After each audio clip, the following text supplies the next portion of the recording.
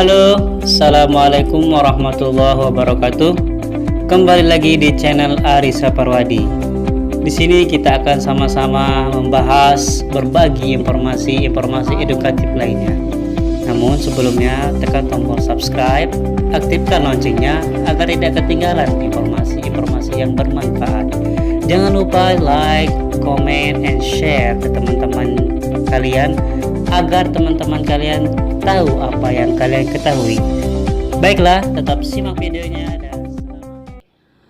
Baiklah, pada konten ini kita akan sama-sama mengupas topik hari ini, yaitu rahasia skripsi.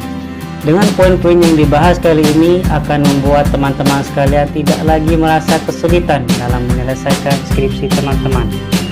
Langkah-langkah rahasia ini perlu dipersiapkan sejak awal masuk kuliah, terutama teman-teman fresh students yang baru saja menginjak bangku perkuliahan.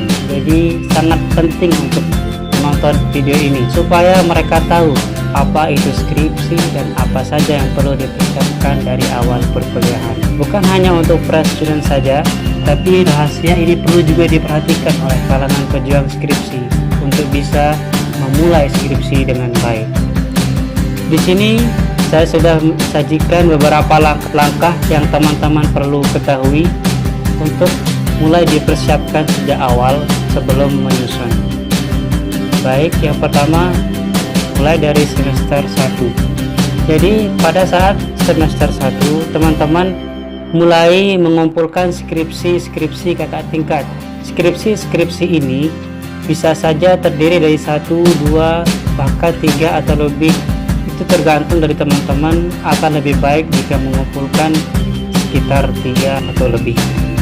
Lalu coba perhatikan, baca intisari dan atau abstrak serta kesimpulan skripsi kakak tingkat tersebut.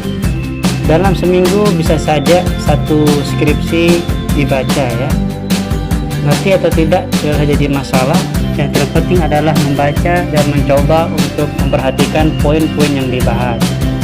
Pada saat semester 4 atau 5 nanti, mulailah membuka kembali skripsi yang sudah dikumpulkan, lalu baca satu skripsi full.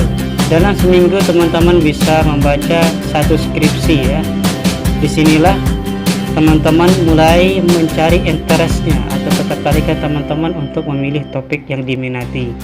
Topik-topik ini bisa saja berdasarkan materi-materi perkuliahan yang teman-teman sudah ikuti atau hasil bacaan, bahkan pengalaman teman-teman pribadi. Selanjutnya, ketika sudah ataupun sedang mengikuti perkuliahan metodologi penelitian, mulailah serius membaca skripsi. Mulailah research, membaca skripsi yang relevan dengan topik teman-teman sekalian. Bukan hanya sekedar membaca tentang skripsi yang relevan atau sesuai dengan bidang. Teman-teman perlu mencari, meresearch makalah ataupun jurnal yang sesuai dengan bidang yang dikaji oleh teman-teman.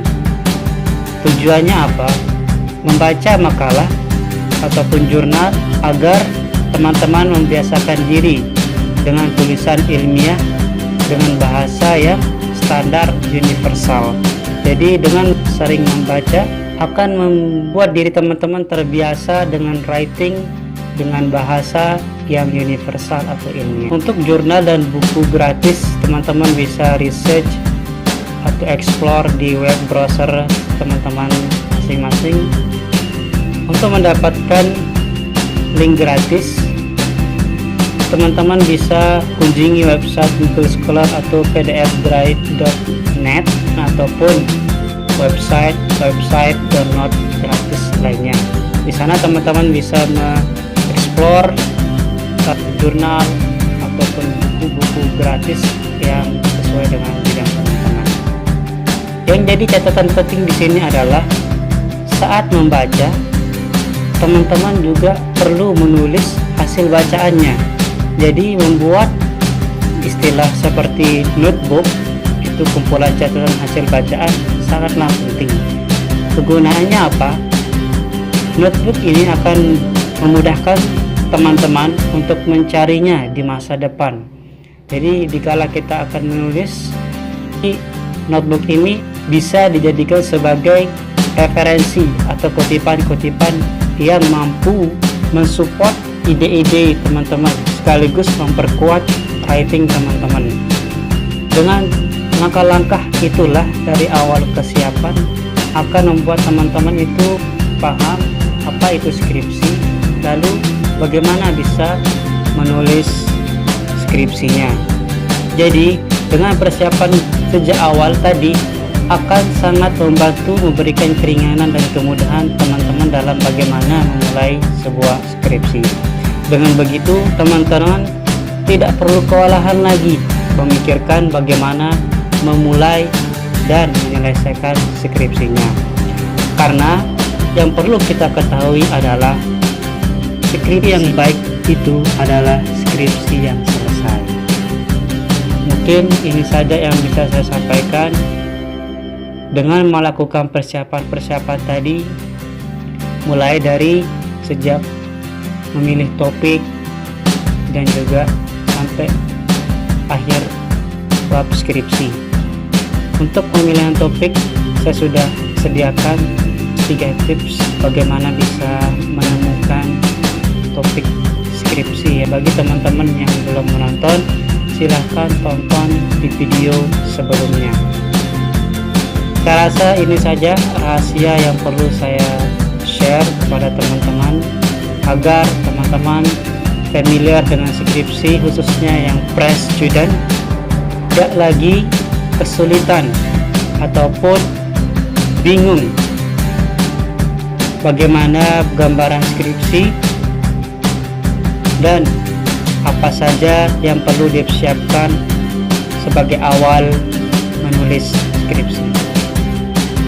Terapkan langkah-langkah tadi dan semoga